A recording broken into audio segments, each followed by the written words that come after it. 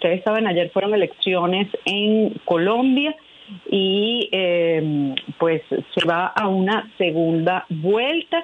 Para analizar lo sucedido ayer en Colombia tenemos a Pedro Carvajalino, quien es comunicador y ancla del programa Zurda Conducto. Los saludamos. Pedro, bienvenido, buenas tardes. Hola Maripili, ¿cómo estás? Buenas tardes, buen provecho a todos. Encantada de conversar contigo. Bueno, queremos tu análisis, Pedro, porque yo sé que por tu condición de doble nacionalidad venezolana y colombiana, pues que siempre le haces un profundo seguimiento a todo lo que sucede en Colombia y conoces muy bien los intríngulis de ese país, y por eso es que queríamos tu análisis de la jornada del día de ayer en Colombia de esta primera vuelta a elección presidencial. Bueno, Maripili, ayer estaba todo el mundo como haciendo análisis, digamos, de unos resultados y de una candidatura.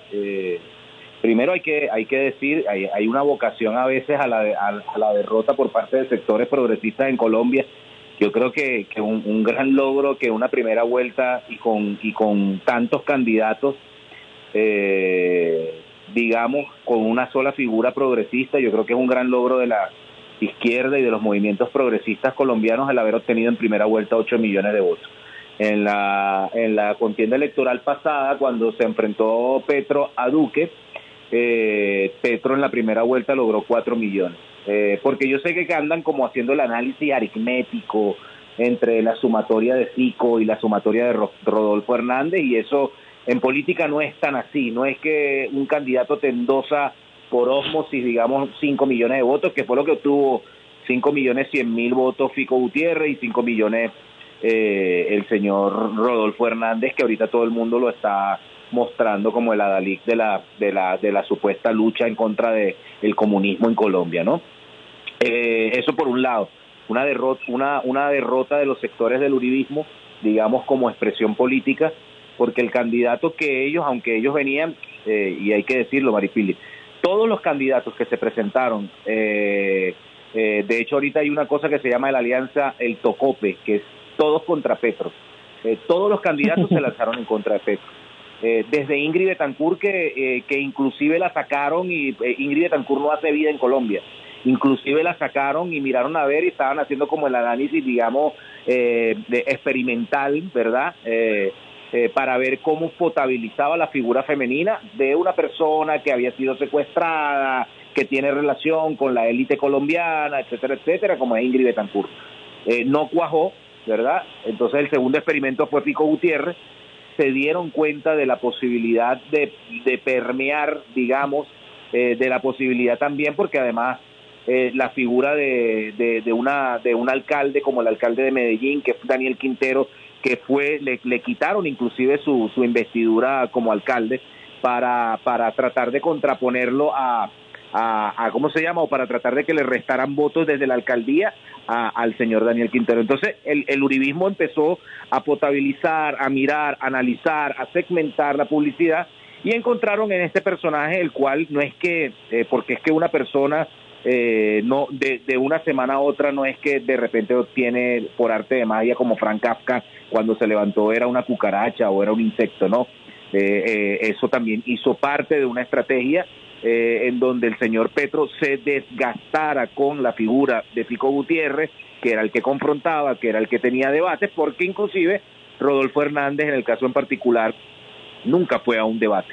Es más, el día de ayer, desde su cocina fue que hizo el pronunciamiento. O sea, estamos también ante, bueno, una estrategia de marketing más cercana, un personaje que dice, por ejemplo, Rodolfo Hernández, que para él era, ¿cómo se llama?, era fan de Adolfo Hitler, que las mujeres tienen que quedarse en su casa porque es para lo único que sirven, que los venezolanos son el origen de toda la tragedia, que son una fábrica de pobres los venezolanos, también lo ha dicho. Entonces, para que la gente, porque aquí hay una especie de síndrome de Estocolmo por parte de los sectores que quieren prácticamente eclipsar una figura de un personaje con la cual yo tengo muchas diferencias, pero que es un personaje que ha logrado a pulso construir una narrativa y además construir un electorado. para lo peligroso, porque además Petro, toda la campaña lo hizo con más de 100 personas cuidaban la seguridad de Petro. Cuando él quería relacionarse con su electorado, no podía, porque habían intentos de magnicidio o de asesinato, que ya es común y normal en Colombia.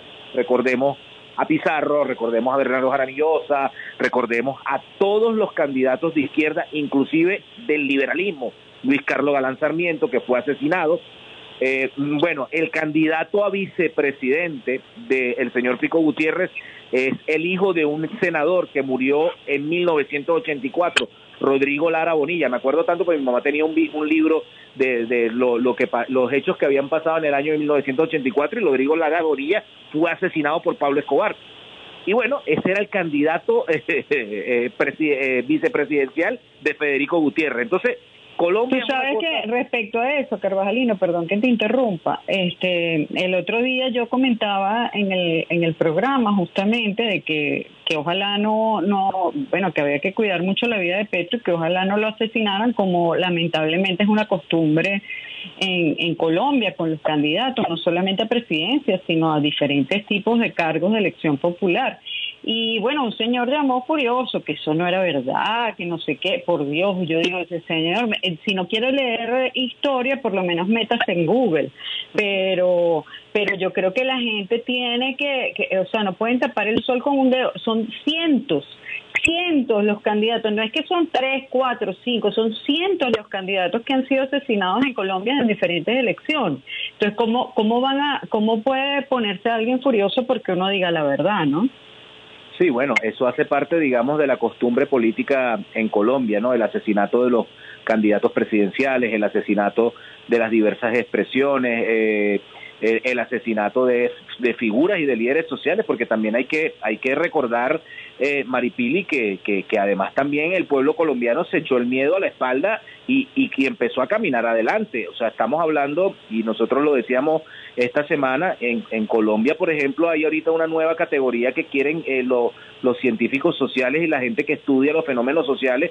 Está la categoría del juvenicidio que se hizo en el caso del paro nacional en Colombia, y cuando salieron las protestas desde hace menos de un año, que se expresaron ahí en el Valle del Cauca, en Cali, en donde los indígenas salieron a las calles, y bueno, y la población y la clase media, que es una clase media que está secuestrada por el uribismo, en donde les avivan sus miedos, en donde les dicen Gustavo Petro te va a quitar la casa, Gustavo Petro te va a quitar la tierra, cuando yo lo que como analista, digamos, y como conocedor de la historia colombiana, el único que le ha quitado la propiedad privada a la gente es el uribismo, con la clase terrateniente y los paramilitares que le quitaban la tierra a los campesinos de menos de 5 hectáreas, lo que se llama. Ahora, pero fíjate una cosa, Pedro, tú dices que la clase negra está secuestrada por el uribismo, pero a mí me parece que este proceso de ayer de Colombia le está dando una patada muy fuerte al uribismo y lo está sacando por la puerta de atrás, porque no, o sea, la gente no votó por el candidato de Uribe, y ahora, claro, lógicamente ellos se tienen que hablar con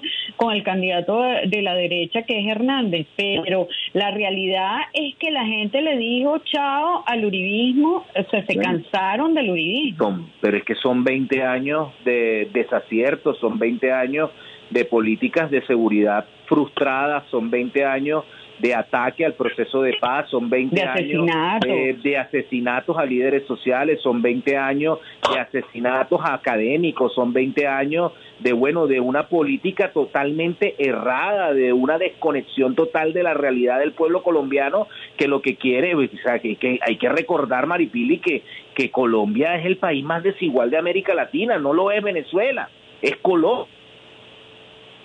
Demasiado.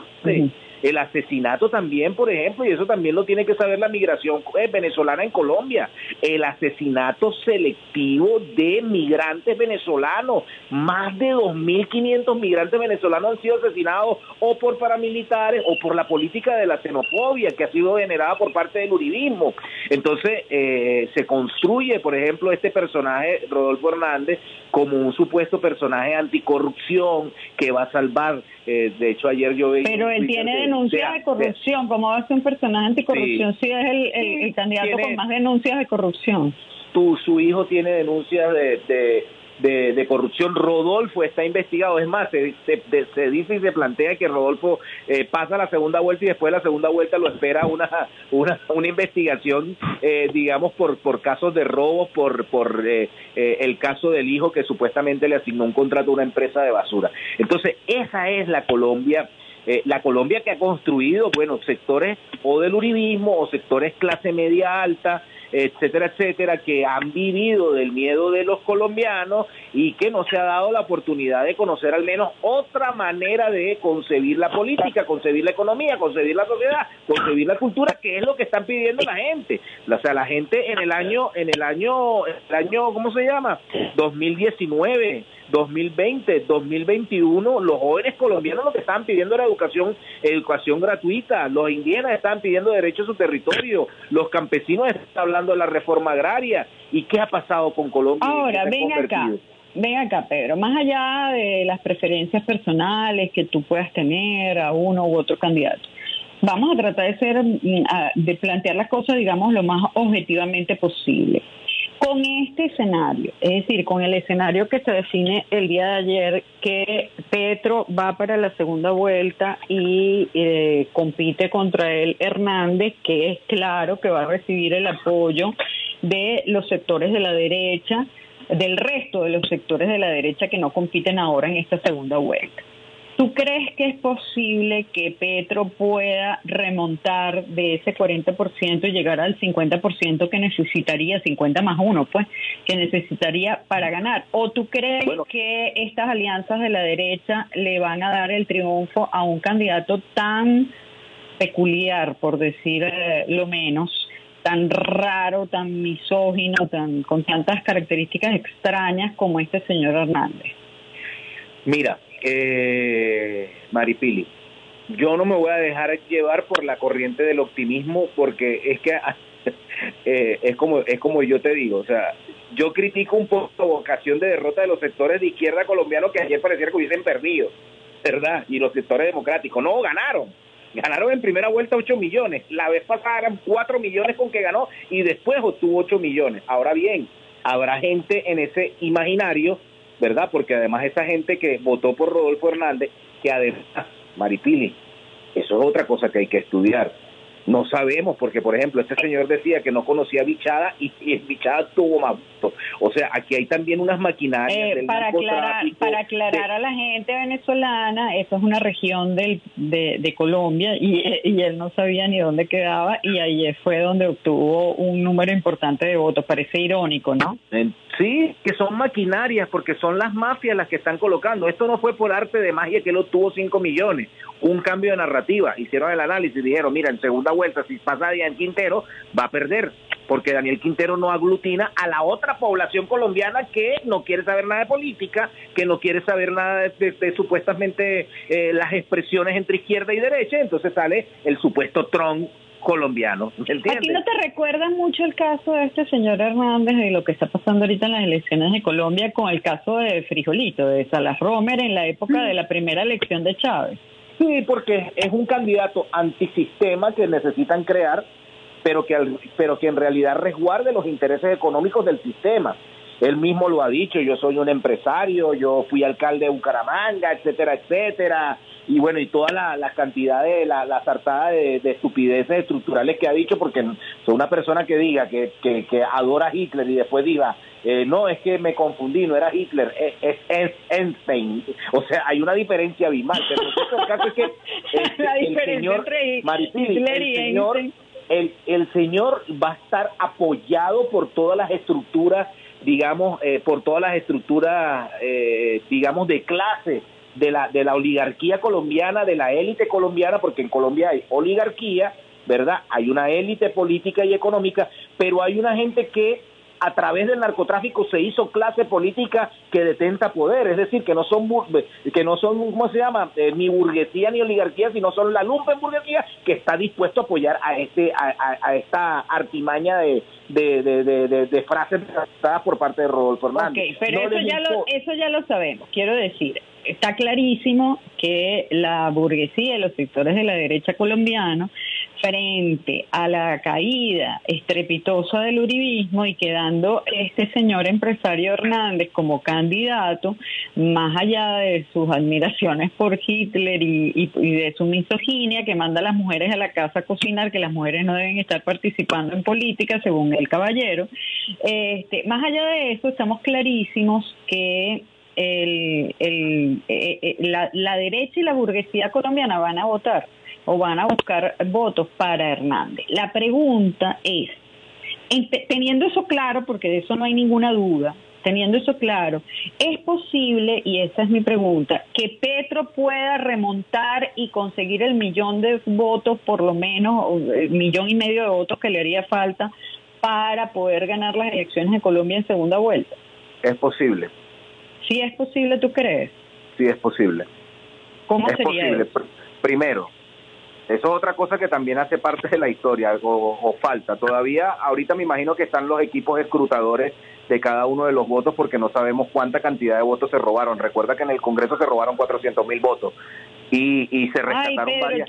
yo te pido por favor que expliques eso, porque tú sabes que yo ayer comentaba con algunas personas el tema de que en Colombia ya es costumbre que en esa cosa que llaman el preconteo, que no son resultados oficiales, porque es que hay gente que dice, que dieron los resultados. No, eso no son resultados oficiales.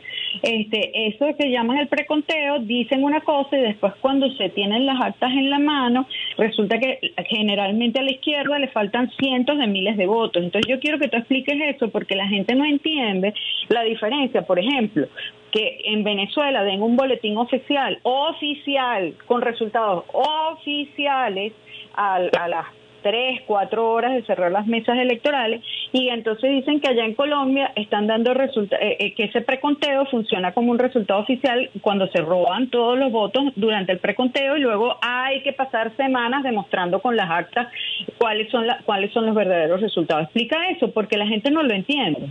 Mira, cuando pasó el fenómeno de la primera contienda electoral, digamos, del señor Duque y el señor Petro no tenía aceitada, digamos, las mesas y testigos electorales, etcétera, etcétera. Ahorita hay un porcentaje bastante considerable del partido, de la expresión de la coalición del pacto histórico, en donde sí tienen conocimiento. En la elección al Congreso, tú sabes que allá, por ejemplo, allá no hay, por ejemplo, el tema biométrico. Tú, por ejemplo, tú puedes utilizar la cédula de una persona, ¿verdad? La cédula de una persona con la cara tuya y nada te va a permitir, no hay una tecnología que te pueda permitir, por ejemplo, el conocimiento facial de la persona, que se puede a través de seguridad biométrica, ¿verdad?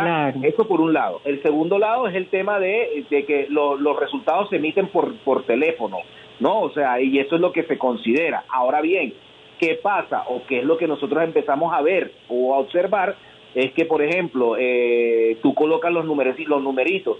En el caso en particular, Rodolfo Hernández tuvo 23, le cambias el número 23 por 53 y ya tiene 30 votos más. Y claro, eso fue lo que se determinó y lo que generó el pacto histórico cuando ya tenía engranado, digamos, en esta última contienda electoral en el Congreso, en donde se tiene mayoría por parte de los sectores del progresismo en Colombia, pues obviamente se lograron, imagínate, nada más la bicoca, que es lo que puede definir una candidatura presidencial, 400.000 votos. Imagínate tú. Ya en la segunda, digamos, contienda electoral del 19 de junio, ya no tú tienes que ganar con 50 o con 1, tú ganas con 1% y vas a ganar. Entonces, claro, si tú ganas por 100.000 votos o por 50.000 votos, ganaste. O como ganó Duque por 300.000 o 400.000 votos. Mira, aquí hay imagínate, aquí dice Susana Boreal, me acaban de enviar una foto de E14 adulterados y con mi equipo procedemos a verificar. Efectivamente, claro, encontramos que se le adicionaron votos sobre los asteriscos a Rodolfo Hernández en varios de ellos. Esto está empezando a aparecer, Maripili, y entonces obviamente esto puede cambiar la balanza porque el sistema electoral colombiano es proclive al tema de generar, digamos, fraudes electorales. Claro. Es más, yo te lo voy a decir, acusación temeraria. A Petro le robaron la primera elección como se lo hicieron a López Claro. Obrador también en varias oportunidades, hasta que ya después de tanto saber y de tener el impacto y de la gente ver la incidencia que tenía López Obrador, les tocó entregarle a López Obrador prácticamente la candidatura presidencial porque ya no podían seguir haciendo fraude electoral. Lo mismo pasa en Colombia. Entonces, obviamente, ¿de dónde saca los votos? Mira, el señor Gustavo Petro. Ajá, pero entendiendo, pero fíjate una cosa, Pedro, vamos a ser realistas. Esto ha pasado en Colombia en todas las elecciones en Colombia. En todas las elecciones, porque ese sistema no tiene las medidas de seguridad que puede tener un sistema, por ejemplo, como el venezolano. Ahora, para que Petro pueda ganar, está claro que le van a robar votos, ya ha pasado en varias elecciones anteriores. Entonces, para que Petro pueda ganar en segunda vuelta, tiene que sacar una avalancha de votos tan grande que, bueno, sea imposible, pues. ¿Tú crees que eso puede ser? Yo no sé si una avalancha de votos, yo no la veo, no, o sea, veo la elección más polarizada de la historia política colombiana, la veo. La observo, la analizo, el uribismo derrotado, el presidente Duque con unos índices de popularidad. Por primera vez, Maripili, la figura de Álvaro Uribe Vélez resta votos y no suma votos, imagínate. Por eso es que Álvaro Uribe no salió casi nunca en la campaña electoral, se quedó callado. Pero eso es una maravilla. No lo mostraron, a Álvaro Uribe no lo mostraron, como a Rodolfo Hernández no lo mostraron. A mí me recuerda mucho a la campaña de la MUD aquí en Venezuela en el 2015, ¿recuerdan? Claro. Que no mostraron candidatos, que no mostraron nada y que de repente fue un eslogan el tema de la crisis. La manita y la cosa de la manita. Cola y la manita en la que determinó. Es lo mismo ahorita, ¿verdad? Porque eso es mentira que una persona a través del TikTok con 200,000, 300,000 seguidores en TikTok van a lograr 5 millones de votos. Eso no hace parte de un análisis estructural del tema de la data electoral, del tema, o sea, pusieron las maquinarias del tipo, pusieron a enfrentarse a Fico Gutiérrez. No, y pasaron cosas como el hecho de que, bueno, se dieron cuenta ya al final, por eso digo que me recuerda mucho a lo de Salas Romer, porque al final se dieron cuenta de que Fico no iba a poder remontar y que no es el candidato eventualmente para poderle ganar a Petro por todo el rechazo que hay con el uribismo, y entonces, bueno, buscaron este outsider. Y bueno, están tratando con este outsider de parar la candidatura de Petro, pero el asunto es que, bueno, no está fácil los escenarios, no está definido, o sea, pueden pasar muchas cosas a mi modo de ver en Colombia. Mira la cosa más loca. Mira, desaparecieron a Uribe para que no le restara voto a ninguno de los candidatos, a los dos candidatos, ¿verdad? Por un lado. Desaparecieron a Duque, se fue para una gira en Suiza, en una cosa horrible, a hablar de los datos o sea, porque además la figura de Duque también fue un personaje que por lo sacaron de laboratorio, así como mira, el muchacho de la economía naranja, y ganó fue con fraude electoral, le ganaron a Petro con fraude electoral. Claro. Y ahorita se le están acabando cada vez más los recursos, porque ¿qué es lo bueno en el ámbito en particular? Y ya que tú me volvías a hacer la pregunta, ¿de dónde puede sacar los votos Petro?